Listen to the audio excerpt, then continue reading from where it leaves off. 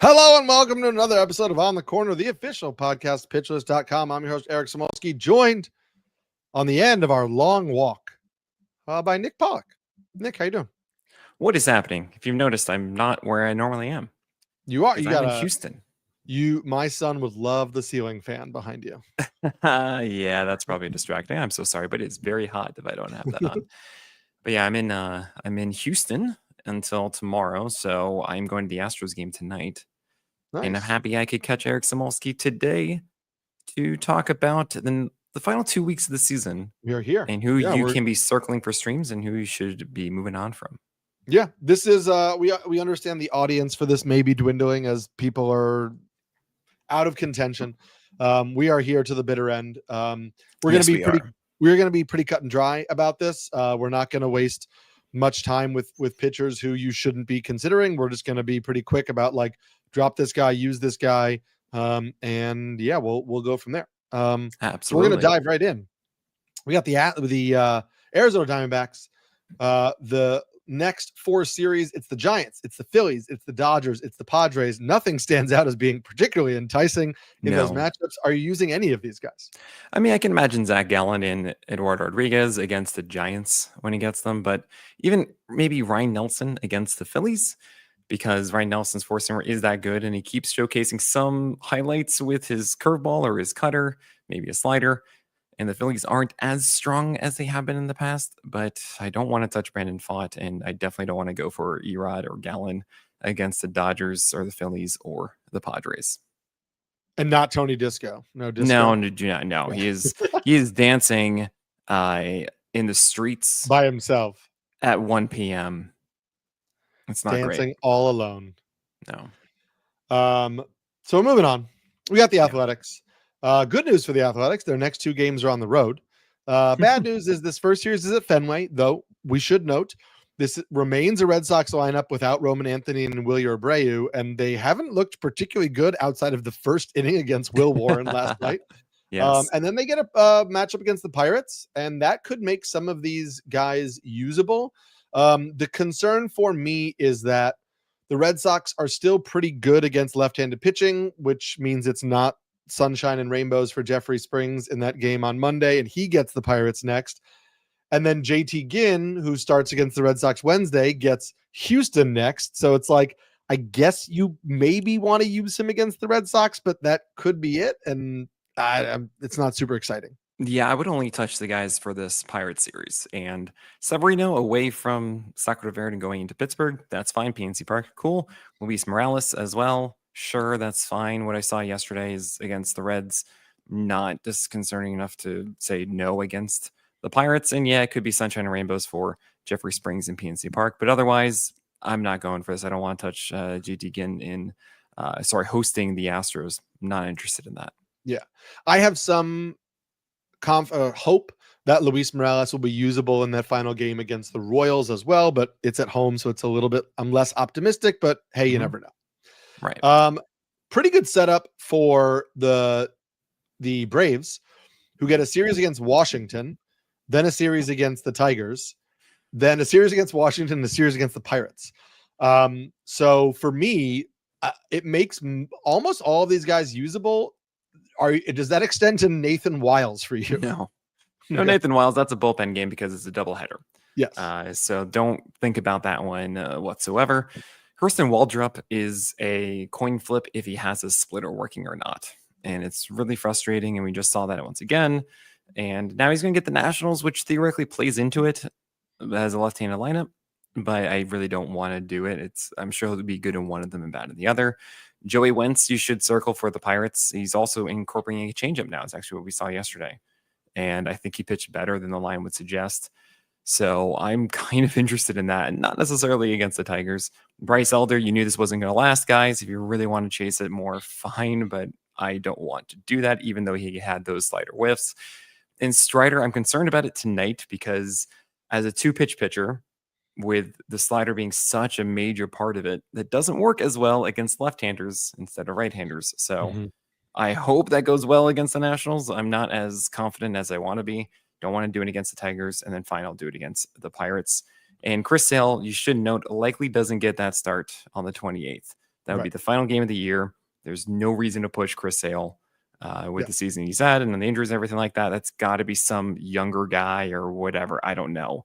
Someone else is going to get that last start in all likelihood. Yeah, I'm a little more optimistic than you on Hurston Waldrop, but I agree it's a coin flip. I'm just like, I'll take the risk, but why not? But then again, none of my teams are still in contention, Why so not? maybe you take that with just a great assault. Moving to Baltimore, really nice setup in the final 2 weeks for Tyler Wells and Cade Povich. Yeah. Both of those guys are not like typically players that you'd say, hey, you have to start them. But do you feel like you kind of have to start them? They both will get at the White Sox and then home against the Rays. Yeah, the second one, definitely, right? The Rays away from Tampa Bay is a good matchup for them. Cade Povich has been executing the four-seamer with curves and changeups well. Same really with Tyler Wells. I mean, it's more slider for him, but these guys, I feel, are Toby's with good matchups. Even the Sly Sox have been a little bit worse, so we're okay with that. And then you have Kyle Bradish getting the White Sox, which we're fine with, and then twice against the Yankees, and I think I still do it, but I don't feel great about it. So if I'm saying it's a coin flip, one of those two will go well, then I'll take it if it includes the White Sox, right? Tomoyuki Sugano, we're just avoiding because it's Yankees twice. Dean Kramer gets the Yankees and the Rays. I think he's a 15-team hipster, not even a 12-team hipster, so I would just rather not.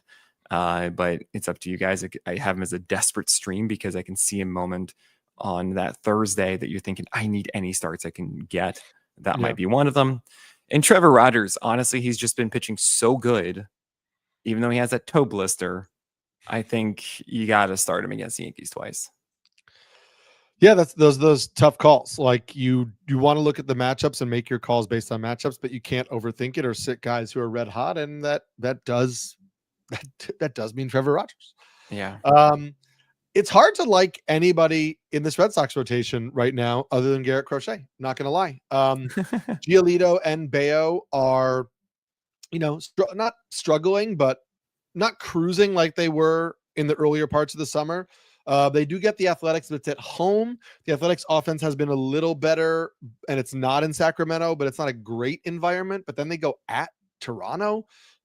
And then the trio of like young pitchers, it's hard to know who to trust. Connolly Early is starting tonight. He's going to get a true start, which would be obvious after the 11 strikeout debut. But, it's a tough start against the Athletics. And then Peyton Toll and Kyle Harrison are working as bulk relievers in the first part of the week.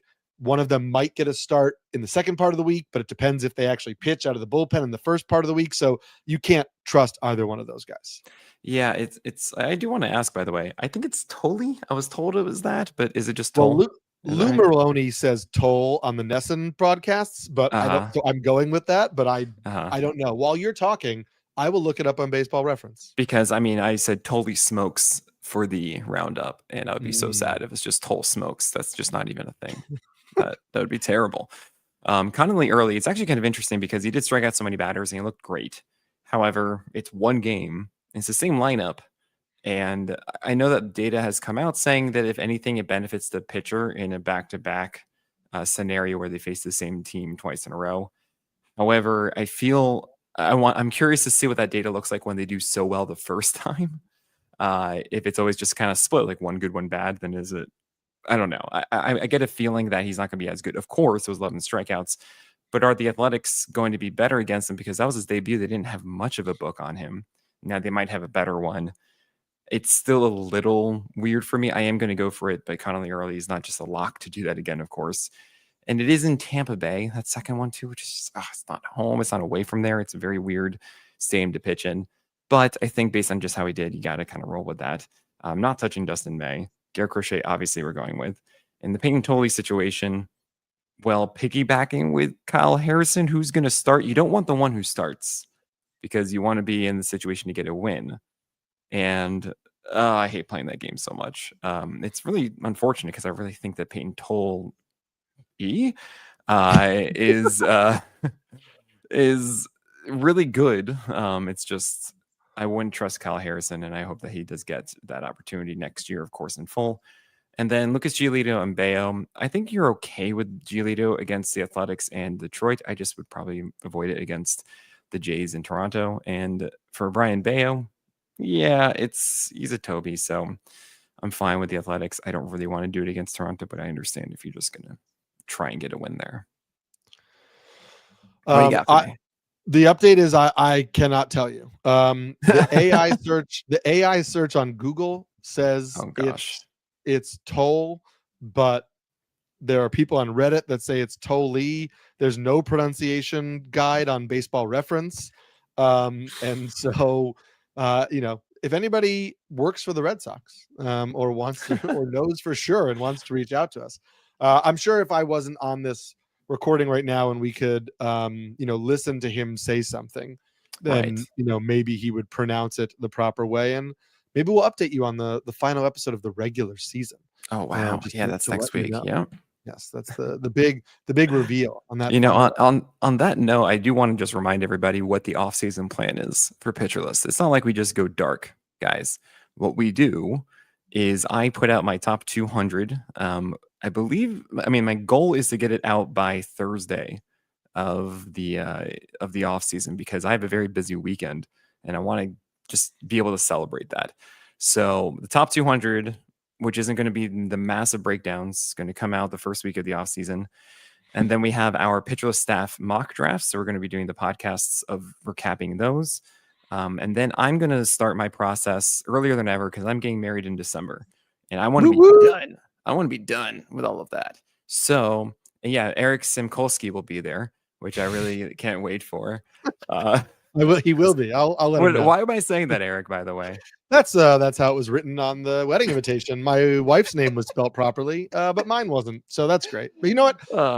I felt He's like more important, and that's fine. You needed an extra strikeout in your life, okay? Yes. So I put in an extra K. I was going regardless. Now she feels loved and appreciated, and so it's perfect. Of course. So I want her to be there. And so I'm trying to get all of my team breakdowns. So you guys remember I did those all the way through, I think I did them through February last year. My goal is to do them October, November, and even probably early December a little bit. So I will be putting out those podcasts all throughout December this year. And you can watch me do those on playback. I'm not really taking time off in October and November because I want to get everything out. And so I'll be streaming live as well with those Plus Pitch podcasts. And you'll be able to access those team breakdowns if you have PL Pro. Those write-ups are going to be free for everybody in February when my top 400 comes out. It will be the same blurbs that I'm writing inside of those breakdown articles. But if you want early access to my thoughts on every pitcher, that is a PL Pro feature. But that's what the offseason holds. And yeah, so you'll be seeing us still a little bit here and there. And we do not stop here in the pitch list. But all right. Sorry for that aside. I will be trying to get out an early format of my rankings when yours come out, just so we can kind of have that as a discussion point.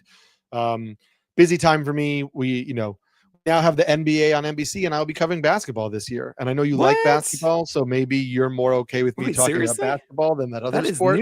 That is news to me, Eric. Yes. So that's really cool. So I will be continuing to put out baseball content in the off season, but also basketball content if you are a basketball person. And so I'm going to try to make time though to carve out those starting pitcher rankings so we can discuss that on the pod. Yeah, we will actually be doing a live version of that where you can debate us at First Pitch Arizona. So we literally just put a mic out and say whoever wants to argue with us and who doesn't agree or wants to know more about any of these rankings, here's your spot. And by the way, if you want that early access to my thoughts on every single pitcher in the majors, my top 400 months before everyone else gets to see it, well, you need to get PL Pro, and you can get 15% off PL Pro yearly with promo code podcast in all capital letters. Podcasts are 15% off PL Pro yearly at pitcherlist.com/premium. But all right, let's get going here, Eric. Yes, let's get going. Just a quick plug that you could also go to First Pitch Arizona, which is great. Last year was my first year. It's a lot of fun. If you're on the fence, I encourage everybody to go. A lot of good sessions, including Nick and mine, and you can hang out with us too. So make sure you come, go do that. Yeah. We're going to move on to the Chicago Cubs. Easy. Who get a pretty interesting run at Pittsburgh, at Cincinnati, home against the Mets, and then against St. Louis. So the Mets series is really the only one that we don't love. I will say at Cincinnati for some fringier arms just because of the ballpark. Like I wouldn't run to use Colin Ray in Cincinnati, even though Yeah, technically it's not a bad matchup. I just don't I don't love love it. the park. He's really the only one I'm not starting throughout, really. Because I Sure. mean, Jameson, Tyone, and Kate Horton, I feel like at this point you're just doing even in Cincinnati. Showed Imanaga, Iman, AGA, and all that. He Mhm. had double-digit whiffs with his sweeper, by the way, on Sunday, which is pretty dang cool. You didn't think about that, did you? Just four seamers and splitters, huh? Nope. Sweepers. And then Colin Ray at Cincinnati, I would not do, but I do have it circled as an option on Thursday this week. If you are trying to count your starts and saying, I need something for a week Thursday, that might be it. Yep. Agree with you on all of that. The Reds guys, we've got some good matchups split between some bad. Are you like ESPN Oh, sorry. all of a sudden, Eric? You know what? Are you just ignoring that the Chicago White Sox exist and won a World gave the Series White in Sox- 2005? I know. I gave the White Sox the Rockies treatment, and I apologize because the schedule isn't that bad. And it's Baltimore, San Diego, the Yankees, and then the Nationals. It's not a great schedule, but at least PL Bot with your average opponent value thinks it could be playable for Sean Burke and Yoendris Gomez. Yeah, I mean, it's also, I'm not too afraid of the Orioles. So Shane Smith against the Orioles, that's cool with me. And also against the Nationals at the end of the year. I don't know if he's going to get that because Shane Smith has thrown a lot of innings. They've even talked about limiting him a bit. So if you have Shane Smith, I would only really focus on this one against the Orioles. Martin Perez, maybe. We have certainly seen him do well with his changeup, and he didn't pitch as badly as the lines has suggested at times. So it's possible he does well against the Orioles as well. And Yoendris Gomez is not that interesting. He did okay against the Guardians. You can squint and see how his four-seamer and breaking balls work well together, but that's not good enough against the Padres. Maybe against the Nationals, it does play better against right-handed lineups, though, so not a big fan of that. And Sean Burke just hasn't done the things you want to see to really feel confident in him at this point. And Davis Martin is just, he's a 15-team Toby at best, so I'm just not interested. Now we'll move to the Yeah. matchup against St. Louis right now, and then a 4-game set against the Cubs, which we probably want to stay away from the fringy. I guess, only fringy guy getting the Cubs is Zach Littell. And you So don't want that, yeah. with Andrew Abbott, Hunter Green, I think you're starting Brady Singer because he gets the Cardinals and the Pirates, and love that. Just run with that. But with Hunter Green, Nick Lodolo, and Andrew Abbott, they get one good start, one bad start. Hunter Green feels like you're rolling with it, obviously. Lodolo and Abbott, are you rolling with the bad start as well? Yep. Yeah, I think Nick Lodolo even yesterday on Sunday, bad luck against the Athletics in Sacramento Verde. And to have Nick Kurtz hit a home run, I'm like, oh my gosh, all right. I think there was 3 home runs allowed to him. He's still pitching very well. And if Nick Lodolo had a better schedule in the second half, a lot of people would be praising him much more. So I think I'm actually going to go for it in both of these. And same with Andrew Abbott. You just got to keep rolling with Andrew Abbott at this point. Keep rolling. Keep rolling. I haven't thought of that song in a long time. Guardians. I think if I'm reading this correctly, there are 7 pitchers on this chart for the Guardians. Well, they're kind of a 6-man at the moment. And then there is a double header that happens on the 20th. So that could be when John Means returns. That's what's going on here. Tanner Bybee, great last start out against the White Sox. Oh my gosh. I guess you're rolling it forward against the Twins, and then you'll make your decision about the Rangers based on how he looks against the Twins. So something really funny, Eric, is that I never check my Instagram ever. Okay. And it's kind of funny yesterday just seeing someone from, I think, May that had sent me a message or whatever, just like giving me hate mail. I'm like, oh, okay, cool, great. And it reminded me, I'm like, oh man, you know what? I haven't gotten so much of it in the second half, but I did get one because someone was upset that I didn't recommend Tanner Bybee for his 2 starts last week. Like, I don't know who is still holding on to Tanner Bybee at this point. And I will say I did stream him. I did stream him in my home league because he was dropped and he's been on the waiver wire for a long time. But like, And I we guess had what I'm we saying had is, midweek pickups, so I was able to sure, pick him up just for the White Sox start, and but right. that'd be the only reason I would have added him. First of all, congratulations, by the Thank way. you. It had no Uh, relevance to my standings. I'm doing terribly, but I'm just yes. saying that is amazing because I mean he did have a better start in the previous one. That is the cutter in the changeup finally came alive for Tiernababy ish. Like it was the most it Sure, was a little alive, but bit. it was not ready to be like, oh, he's going to have this 9 inning complete game shutout and everything. It's going to be great. And watching this one, it was a shock to see that I believe he had 70% strikes on his 4 main pitches. And I had not seen him just fire in all cylinders all year. It was remarkable because if you watch a Tanner Bybee, or if you actually just look at the Tanner Bybee strike zone plot traditionally, it is a massive firework of color, right? It is just, I don't know where these things are going. They're just blasting Firework of around here. And no, this was actually, you can see the intent of everything. It's groupings of color, which is what you want it to be. So that was nice and great. And you obviously cannot bank on that continuing. It was Mhm. one night. I'm not ready to just say, oh, yeah, he's made the tweak. Just even see his smile hugging the catcher after of just like an accomplishment this season. You're just really happy for him, but I can't bank on that. Now, Joey Cantillo against the Tigers twice. I think Joey Cantillo is pretty dang good. And I actually would be more encouraged for that than I would be Tanner Bybee. Your boy, and our boy, I should say, Gavin Williams, has been so strange and so weird and yet productive over the last month. We So we are fine. gonna I just wanna point out that, like, if you think of the journey we went on with Gavin Williams this Yeah. year, and, like and how it almost feels like he really disappointed based on, like, just what we've gone through and all the discussions and all the whatever, and then you look at his stat line, you're like, "Wait, he has a 3.16 ERA on the He season?" does. Yeah. I was just typing this in 360. Yeah, okay, but it's a 129 whip. It's a 129 whip. It is 152 strikeouts in 156 innings. So you didn't get the like strikeout upside that you thought. 10 But wins at least. Yeah. but you're just kind of like it's gonna come out as being like a pretty decent fantasy season. And when you think about how down on him the discourse was for a long time, it's just wild to me that we're even at a point where you're like, okay, I guess that was actually usable. Yeah, well, this is Not the stuff great, that but it gets was really usable. lost. This gets lost so much in the offseason. And it's something that makes it so important for me to do my rankings the week of, because those are vibe rankings.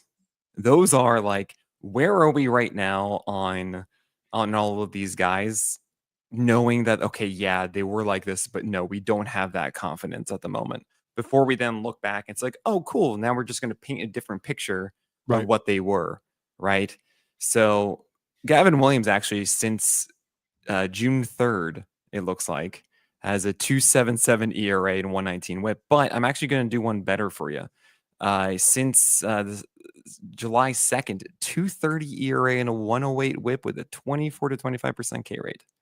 Yeah, and that So weird. and that kind of stuff, and we could pinpoint it. Like if we go back and really look at like the pitcher list game logs into like when did the sinker start becoming more of more of an offering for him, you can make that a little bit more precise of like, okay, what are we using for Gavin Williams? But Mm-hmm. you're gonna get something that shows that the second half or the post pitch mix change Gavin Williams was actually a pretty usable fantasy starter. And I might, when we do our quick rankings, I might just be back in the bag and ranking him way higher than I need to. I think he's a hipster. I think Yeah, it's just one of those things. It's just he's going to drive you nuts again. And if there's something I like to focus on the most, it is saying, "Hey, I want to be able to make a decision and not feel like sure. I'm lost." So I'm probably going to be out, but that's just going to be me. But you know what? Might as well just roll with it through the end of the season for Gavin Williams. Why not? Let's just do it. Why And not? Slice just had 10 whiffs on his four seamer somehow, and I don't understand it. So Slade Brigade, if you want to do it at the Twins in Texas, go ahead. I think he's a desperate streamer personally. And Parker Messick, sometimes he has decent command, sometimes he doesn't. That's also kind of a streaming option at the Twins and the Rangers. I'm likely not going to go after John Means, but I can see how it could work. But I'm not going to touch Logan Allen though. I don't want to do that. That's fine. We'll move on from Yeah. that. And we're gonna we're gonna move on from the Rockies. Yeah. really I mean, I to don't know cover why Bradley Blaylock is in orange. That was likely a mistake on my point. it. On my Well, part. it's Blaylock and Freeland because they Yeah. pop because it's Miami and the Angels. But you have That's better all. things to do. Miami and the Angels. It's both at home in Coors. Don't do it. I Don't can't do it. recommend doing it. Don't do Yeah, it. absolutely not. I mean, We'll talk like, about did you see my Did you see my Onion article? no. Oh no, Eric, you have to see this. Just put into Google at pitcher list, and then my latest for the Onion. That's all you need to do. But I will tell you guys that Kyle Freeland surprisingly has fanned a lot of guys recently and did well, and it could work against the Marlins. It's possible. It's not the worst thing you can go and chase. Did you find what I was trying to get you to look at? Yeah, it is. I mean, it's pulling up slowly right now. Oh, Because okay. So you don't know what it is yet. no, I got it. Oh yeah. Yeah, love it. It's great. Yep. So can you say to the audience here? It says Kyle Freeland's success sparks MLB trend of pitchers yelling at Rafael Devers. He's been so good since getting ejected. Yeah. Listen, you I got just to like get that it off your idea. chest sometimes. You know what I mean? Yeah, Yeah. it's like throwing a coin in the fountain is the same at yelling at Rafael Devers. Oh boy. Don't do it. Cool. Don't cool. do it. We'll talk to you about some pitchers that you can start, but we'll do that after this break. Moving on to the Detroit Tigers. They get only 2 series in green the rest of the way. They're both against the Cleveland Guardians. They get Atlanta sandwiched in between and then Boston after. So, Jack Flaherty, I mean, we know Skubal also, interesting question. Does he start Wednesday? Do they skip him? The MRI came back clean. So, he is healthy. He's going to avoid the IL. But, if they win the first 2 games of that series, they're comfortably in charge of the AL Central. If they distance themselves enough from the Mariners, Astros, whoever who's fighting for the 3rd seed, and they, look comfortable for the bye, they may skip him. And that makes me nervous if I'm in a weekly lineup lock league to throw Skubal in there. Yeah, right. They really should skip him. So it's up to you guys what you want to do there. But Jack Flaherty, I think that he's just generally fine enough to throw him against the Guardians, but it is a hipster situation. Casey Mize is a Toby, so whatever, do what you want. Charlie Morton is a desperate stream. I was saying for a long time, oh man, he still has his curveball. He can still do this. Once he gets the good matchups, he'll be fine. And then he got the White Sox and didn't go well. But you know what? It doesn't matter. It's the Marlins. And then he didn't do well. Thanks so much, Charlie Morton. And Kidir Montero is a desperate stream against Atlanta and at Boston. He actually did well when we thought it'd be Troy Melton, but then Troy Melton came in the previous game, and Sir Gibson Long is still hurt. So you really don't want to do that, but there is a chance that he can steal a win in one of those 2 games. Cross your fingers and hope. Astros, this kind of seems like it might be cut and dry. You're starting Hunter Brown and Framber Valdez because they're really good, not because their matchups are any good, and you're probably not starting anybody else. Yeah, that seems about right. I mean, Jason Alexander against the Angels could work, maybe against the Rangers. Javier. Like, it's still good stuff. It's just you have to locate it. You don't know what you're going to get there. But Jaden Murray is kind of interesting. He threw 40 pitches is the problem, and he might be the replacement for Luis Garcia Jr. instead of AJ Blueball. So it's 95-96 with a sinker and decent breakers. Like, it's possible that that's all right, but it's against Texas and at Athletics, and it's really at Sacra Verde. You don't want to do it when he's going to be at 65 pitches, 70 pitches by then. Yeah, it's tough. I'm gonna move on from that. Yeah. We get Cole Reagan's back, Woo. and he starts against Seattle. Are you jumping right back into the fray? He's been out so long. I know we talked about this a little bit last time, but now we know like exactly when he's starting and what the matchups are. And are you willing to kind of jump right into the deep end? I'm not, because I just don't have any information. But I mean, if you want to go ahead, it shouldn't be bad. But if you're expecting 6 innings, you're not going to get it in all likelihood. Yeah. But then I'm sure we'll see enough that we go for it against the Angels.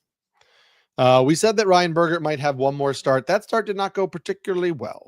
No. So I think time is up for Ryan Bergert. Noah Cameron, it's Toronto, and then it's at the Athletics. Can you trust Noah Cameron? Yeah. Yeah, there's a lot of confidence in that one. It's possible. I mean, he had a really good curveball yesterday, but Toronto does really well against lefties. It is in Kaufman.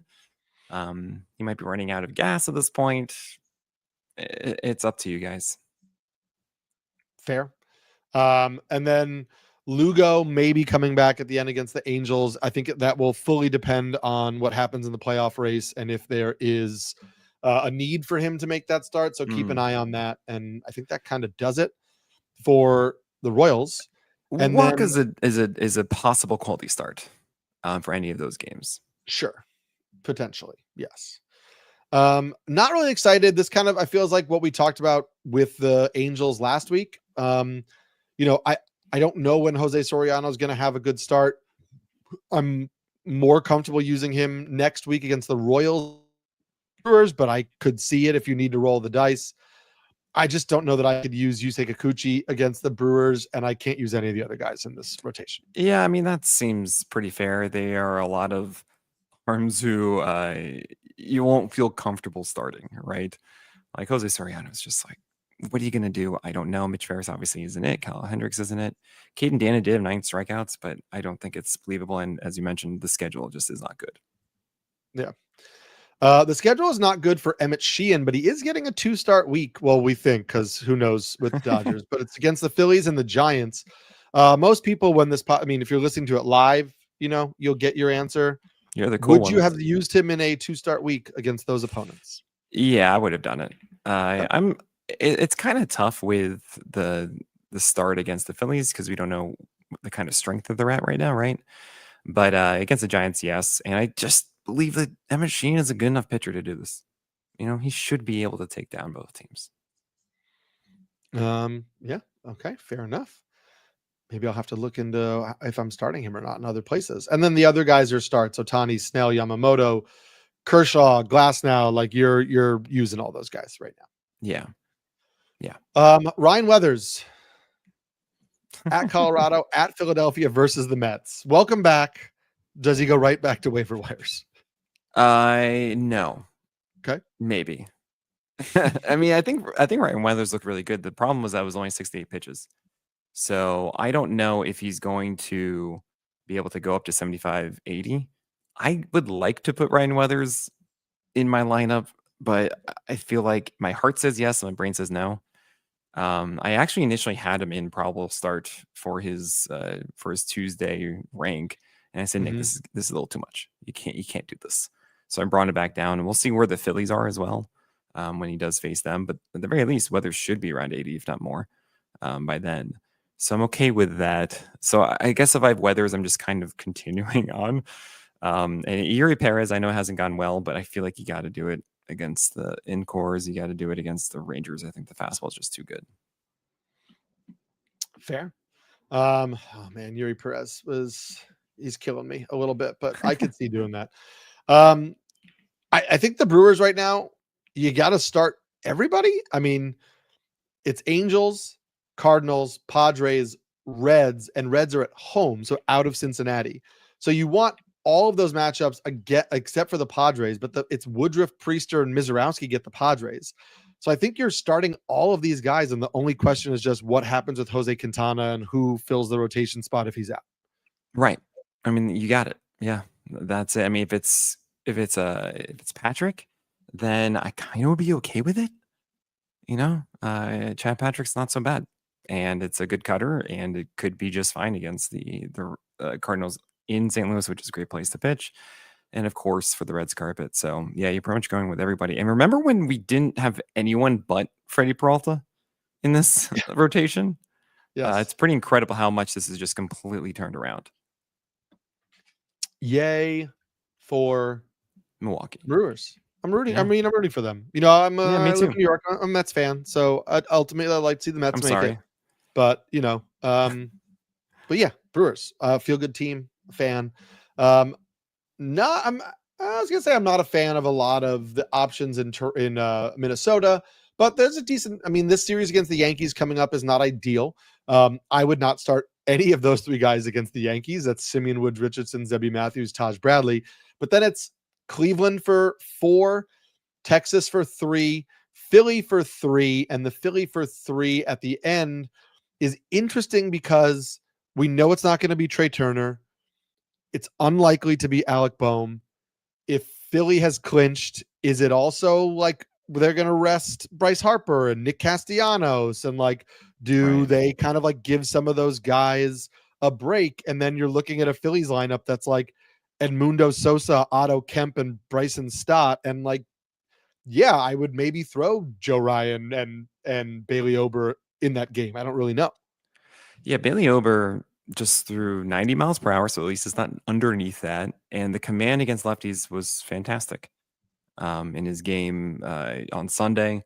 4 earned runs, a really annoying 3-run shot late that like just ruined it. But he is actually pitching better than we saw before the injury. Obviously, Pablo was rolling with. And yeah, Zebby Matthews, he's been incredibly frustrating. We know the talent.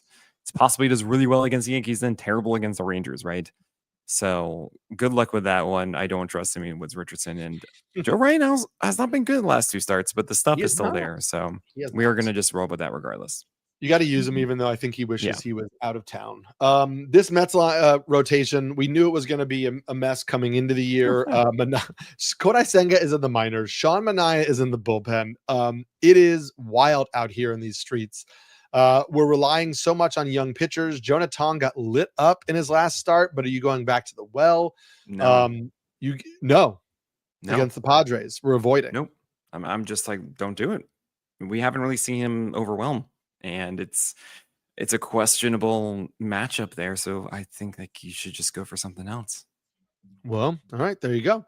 But Brandon Sproat and Nolan McLean face the Nationals this upcoming road trip, this upcoming week. And so I think that seems like something you're far more inclined to take a gamble. Absolutely. And Clay Holmes, you're seeing the table, it's Clay Holmes, but it looks like it's a piggyback with Sean Manaea. Sean Manaea is actually the one you'd want to go with because he would be in the position to get the win. Not to mention that Clay Holmes isn't the stalwart of 6 innings as much anymore. He's becoming very inefficient. So you should see if Clay Holmes is limited to any degree by 4 innings, he should be out. Puts Sean Manaea in a better situation and also removes the 3rd time to the lineup penalty for Sean Manaea, which he desperately needs. So that's okay with me. For the Padres, Nationals, and Marlins, if they're doing that. I wouldn't be shocked, though, if the Mets brought back Kodai Senga to replace Jonah Tong. Be interesting to see. I don't think they can do that for this Padres start, if I'm thinking of the dates correctly and when he can be called back up, unless it was an injury, and then he can be called back up. But I think for the Cubs start at the end, it would be feasible. I don't think I would go for that. But David Peterson against the Marlins, that's cool. Don't want to do it against the Padres. Don't want to do it against the Cubs. Yep.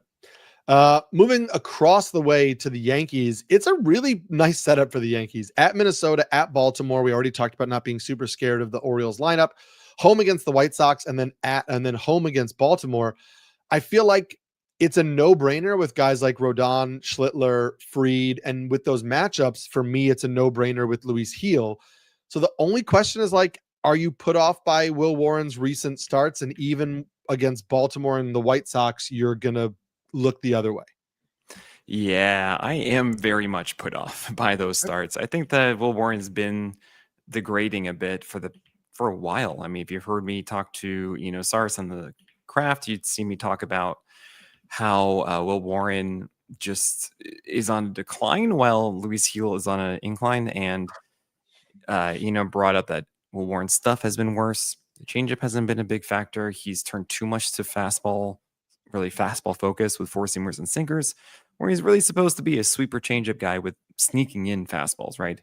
So yes, he did collect himself after that horrific first inning against the Red Sox. Still, he allowed 6 runs in the first inning. It's not just sheer luck that he did that, and now he's all of a sudden good, and we can brush that off. Yeah. So yeah, I'd be very worried about Will Warren. I think he's actually hitting a wall now, as he's never pitched as much as he had this year. Right. I mean, kind of something you'd expect from a guy with this few innings going this deep into the season. Yeah. The Phillies are in an interesting situation because their only real poor matchup left is this 3-game set against the Dodgers.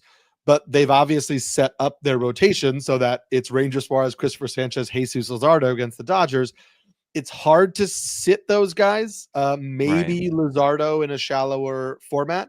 So the only real question marks you have for the Phillies is the guys who are fringier get two good matchups, and are you willing to trust them? And I will confess to you that in a draft and hold format this morning where I have so many pitcher injuries, I am starting Walker Buehler this week because I just don't have another healthy starting pitcher. But I don't know if you had an option, if you're willing to do that or not. No, I can't possibly do that. I no. I would rather do Taiwan Walker, and that's saying a lot. Okay. Yes, you are not a fan of using Taiwan Walker. No. But Ranger Suarez, Christopher Sanchez, you're gonna go with Luzardo. Honestly, yeah, I wouldn't start him against the Dodgers, which means I would drop him, even though he has the Marlins start. It's just think of mentally of just like half your season. You know, that's like imagine if you were stashing Jesus Luzardo in March for until July 1st or whatever it is. Yeah. That's the equivalent, really, right? And I also think for teams that are likely to have clinched early. Yeah, that's a really good point too. Yeah, keep going. Then if you're not going to use the pitcher this week, I think you're holding them for a situation where we don't know how they're even going to be utilized. Like the Phillies may just want Luzardo to get some work in that final start, but not pitch him 80, 90 pitches because they want to save him for the postseason. Maybe he gets a 60 pitch outing, and that might not be super useful. And I'm not saying that's definitely going to happen, but you need to factor that in with the teams that have clinched or will likely clinch. Is if you're holding only for a final week start where we don't know how long that pitcher is going to go, it's risky. Exactly. No, that's a really good point, Eric. Hopefully we'll make some really good points on these final few teams, but we will make those points after this break. Bubba Chandler got lit up in his first true start and then bounced back in a big way. Bubba Chandler gets the Athletics and then at the Braves. Are you still keeping him in your rotation? Let's go for it. I mean, it was one of those situations that as a fantasy manager, you get really happy because if someone was rostering Bubba Chandler, they likely rage dropped him after that start. And you just go, awesome. Because I absolutely want him after that. And no, I'm rolling with Bubba Chandler. I think he looked great. The four-seamer command was incredible. You didn't even need to lean into the slider. He just really went four-seamer changeup in that start and was phenomenal with it. Nick, I was told he couldn't throw strikes, and that's why he was in the right. Yeah, exactly. Of course. I'm so sorry. I apologize, Eric. You're totally right. Yeah, you should definitely want to go with Bubba Chandler. Mitch Keller is Mitch Keller, so whatever. Yohan Oviedo is still interesting. He at times has like 95th percentile extension and height adjusted VAA, so flat attacking on the four-seamer. Has a good breaking ball. Fastball's at 95, 96. Like this could work. He gets the Cubs. So fine. Maybe target at Great American Ballpark. I don't love that. And Braxton Ashcraft and Mike Burrows, I just don't know how long they're going to go. And they are not at the point of, oh, yeah, they dominate more often than not. So I wouldn't be touching those. Yep. Padres have a few, you're starting Michael King, you're starting Nick Pivetta. You're starting Yu Darvish this week, at least, because it's against the White Sox. Yeah. Well, he has not come through in a single start yet. I know. Well, I think like three, including the Marlins, including the Nationals, I think it was, or no, Rocky Road and the Reds carpet, and just couldn't do it. And it's like, what is going on? Like, you just can't trust him. And I hate this because I was really in on Yu Darvish. It's like the schedule's just too good. You have to, and it just didn't pan out. I guess you're right. I mean, I could see I could see taking the gamble still, but I'm hard-headed. I'd obviously much rather use him than his teammate Randy Vasquez, who gets the White Sox and the Diamondbacks, and you like those matchups, but I don't love Randy Vasquez. I guess the question is, Dylan Cease gets a rough matchup against the Mets. Would you rather use a guy like Dylan Cease or a guy like Yu Darvish? I know, right? It's like, how can you possibly say Cease? But I'm gonna do it. I'm just gonna do it.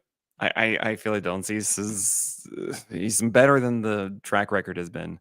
While Yu Darvish, it doesn't make quite like you don't see it as obviously as you do for Cease. So all right, there you go. There you go. So we're going to the well with Cease.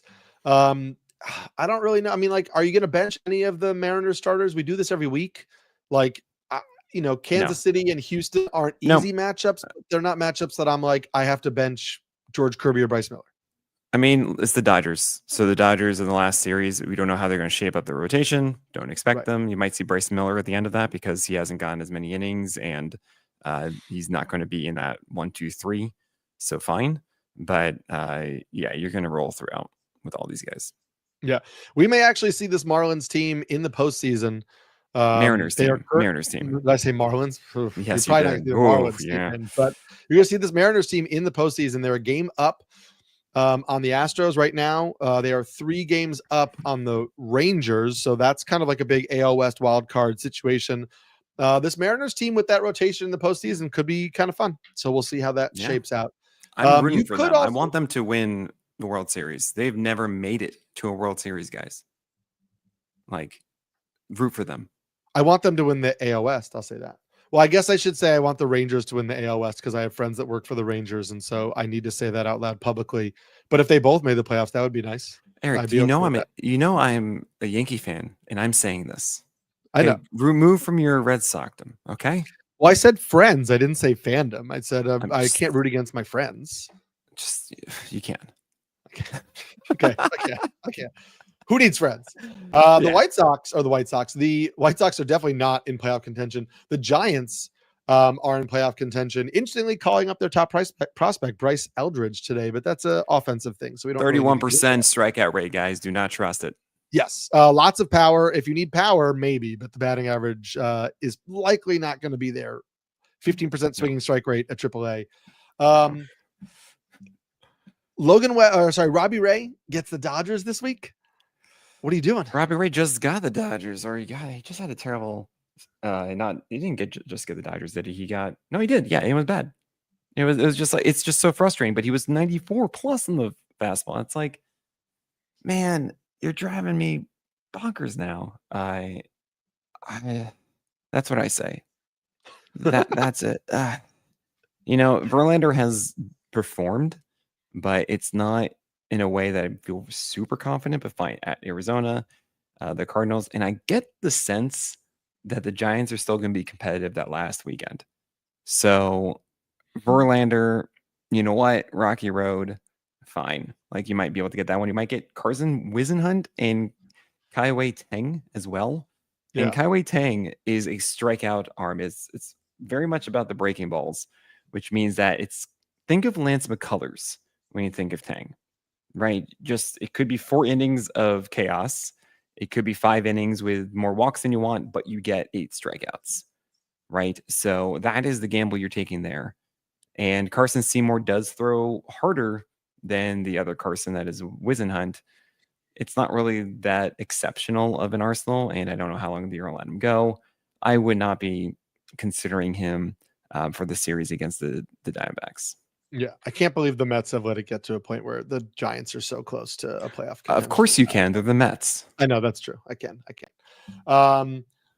Funny also, I saw Caught Stealing this weekend, which is the new Darren Aronofsky film with Austin Butler, and in that it takes place in 1998. And the Giants are battling the Mets for the final wild card spot. And so that was like an ongoing storyline in the movie. And then it's happening in real life. And that's wild. There you go.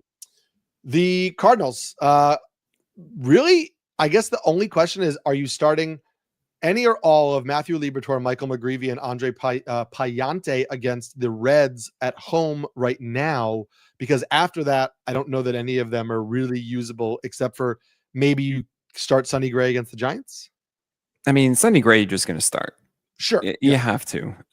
Michael McGreevy, I think you're okay against the Giants in San Francisco. Against the Reds carpet, like you should be able to stroll with McGreevy. I think you're okay with Liberatore. Liberatore's been more fatigued, I think, in the second half, and it's just not the same quality that we saw in the first half. So I'm a little tepid on it. I have him as a questionable start for today's game against the Reds. But yeah, that's fine enough. And Andre Pallante, you can't do. You can't touch him. You can't touch Miles Michaelis. Joe Boyle is getting a spot start tonight for the Rays. I wouldn't go there, and I don't know that he's going to get any starts after that. Ian Seymour, I like, but it's Blue Jays, and I don't know that I can hold on to him for the start against the Orioles. Kind of the same with Shane Baz. Are you rolling out Adrian Hauser against the Red Sox this week? What are your thoughts on the Rays? Yeah. Maybe, even though it is in Tampa Bay for Adrian Hauser. If you're looking for a quality start, you could find it there. Drew Rasmussen's been really frustrating because he's only been going 5 innings. It's been 300 runs instead of 2, and it's just so close to being like, hey, this is productive, this is helpful, versus this does me nothing. Right. Thank you for nothing. And then Shane Baz was at 98, and then we saw him at 90. I think it was 95.5 or 96 or so, and it's just, or maybe 96.5. It's just like, I was really excited when you're pushing everything up at least one tick, and now he came back down, and it's against the Jays, and maybe it's good enough in Baltimore, but it's just so hard to trust right now with Shane Baz. Yeah. Ian Seymour, I would consider that one in Baltimore, but not against the Jays twice. And Ryan Pepio, it's tough because I don't like Pepio in Tampa Bay, but he gets the Jays and Red Sox there, and then he has to go to Toronto. So it's not really anything clear cut for Ryan Pepio. He could do well in 2 out of 3 of those, but it is very volatile, very cherry bomb-esque. So it's really tough to really start these Rays pitchers at the moment. Interesting note. Oh, I don't want to skip. I was going to skip ahead, but I can't skip ahead because we got the Rangers and Merrill Kelly, Jacob deGrom. You are starting. Where are you at on Jack Leiter, Tyler Mahle, Patrick Corbin? Corbin, pretty decent starts against the Marlins and the Guardians. Mahle, pretty decent start against the Marlins and the Twins, but Leiter gets the Astros this week. Oh man, I'm actually going to this start tonight. I'll let you know how he looks, but I think you can't trust that he'll have his arsenal working. It's just been back and forth, back and forth. So I really would only consider him for the Marlins, maybe the Guardians, but even then, you don't know if he's really going to capitalize on it. Merrill Kelly, deGrom, as you mentioned, you're going to do, and Tyler Mahle, I don't think is going to be that good. He might actually. There's a possibility, because I don't know where Tyler Mahle is as far as his pitch count goes, that Jacob Latz will piggyback off of that and actually still be more valuable to have than Tyler Mahle. So keep that in mind. It would be in turn with Jacob Latz, who does have some value with that high four-seamer at 94, 95, and the good changeup underneath. Oh, by the way, have you noticed how good Patrick Corbin has been? Guys, Patrick Corbin, it took him like 4 years, but he finally went 10% fastballs. Finally did it. And he's done for 2 starts now. And yeah, sure, he didn't go 5 innings against the Mets, but I believe it was shutout. And then he did really well the previous outing. And it's cutters, sliders, and changeups. And the changeup, yeah, that's a thing, huh? That's kind of cool. Patrick Corbin with a changeup. So maybe that's good enough for the Marlins. Just saying, if you need a Hail Mary play, like, it might be Patrick Corbin, your savior against the Marlins and in Cleveland against the Guardians. Wild, I know. Wild. What is also wild is that it is Trey. Yes, I keep wanting to say it's Yesavage, but I don't know if that's actually how. I mean, you know, that's what they call him. Yes, Yesavage, I would imagine. Yesavage. Well, he's in Canada, so it feels like it needs to be a little sophisticated. But Trey Yesavage, the Blue Jays' top pitching prospects, he starts so brutal. That's so brutal. Starts Trey Yesavage. He starts against the Rays tonight in Tampa, but I think that he's going to be in the rotation, and it's going to be a 6-man rotation. Obviously, it's hard to get advice on whether people should start him or not until we see him at the big league level. But I'm curious your thoughts on him and the rest of this Blue Jays rotation. Yeah, Savage is an over-the-top four-seamer guy with a slider and a splitter. And I watched some video of him and wasn't too impressed, honestly. It's not a huge fastball. It's like 93, 94. And it's not something that I go, oh man, this is flying off the page. The slider isn't too hard. It's not, it's just very straightforward of like an over-top guy with a slider. Like that's kind of like a cutter and then a splitter. I don't love that. I really don't. So I would not be going for this, especially considering we didn't go for MLB debuts. Right. It's possible it's worthwhile after it. Initially, I thought he wasn't going to start. So this might even be a sneaky like Eric Lauer outing in disguise. But yeah, I'm not going after Trey Savage. And then the other guys, Berrios, Gosman, Bassett, Scherzer, Bieber, you throwing them all out because the matchups are all pretty good? I mean, I guess so. Jose Barrios is the great undulator. And if you don't know this, he's called that because he always goes between a 3.5 ERA and a 3.9 ERA. And usually it's like a 117 to 124 whip somewhere in there, right? He doesn't go too far out of bounds. And this year it's been like, well, Barrios, you're going to get your act together. And what do you know? He's at 3.99 right now, Eric. So he's got 2 starts. And last year looked like the start he was going to be under 350. He was 338 entering his last start against the Marlins. And he allowed 6 earned runs. And what do you know? He had a 3.6 ERA last year. So you got it, Barrios. You can do this. Give us 6, give us 10 shutout, and you're fine. I believe it's going to happen. I believe. Kevin Gosman, you got to go with. He's been doing so well. Chris Bassett's had actually a really nice stretch. I don't really believe it, but whatever. And Max Scherzer and Shane Bieber, like, yeah, you got to start those guys right now. Can you start anybody in the Nationals rotation? Maybe Gore. You know, I mean, yeah, maybe. Brad Lord has had some surprising starts, and you can see how it works with a 94, 95 mile per hour sinker that can get inside. It's possible it's good enough against Atlanta. You have Gore, of course, who threw about 75 to 80 pitches in his start back from the IL, and he will be more stretched out, and we know what he's capable of. Mm-hmm. Mitchell Parker is kind of doing what I want him to do, which is the Blake Snell blueprint with 4 seamers up and curveballs down and sliders involved. And he has moments where it works and then doesn't. So fine, You cannot start Jake Irvin under any circumstances. Cade Cavalli didn't really come through against the White Sox. The Pittsburgh Pirates and the Marlins. Really, last 2 starts. You might not want to do it against the Mets. You definitely don't want to. You might not want to do it against the White Sox too. Andrew Alvarez is fascinating. He gets a lot of drop on his slider and curve, especially when they are the same velocity, but the curve has more movement. It's really weird, and I think it messes with a lot of guys. So you might actually see a surprise start against the White Sox there that works. So maybe you want to take some desperate streams here, Eric. Maybe you cross your fingers and you hope. You don't have to hope that we will be back, because we will. We'll be back next week. And Nick will tell us all about seeing Jack Leiter in person. And we'll help you with the final week of the MLB fantasy season. It's wild. We've come back here. We've reached all the way to the end. If you stuck through, hopefully your teams are doing well. You're not just listening to baseball because you like our voices, but hopefully you like that. You do that too. Yeah. We're gonna let Nick get out of here so we can get to this game. So I am Eric Samulski, the Pelican.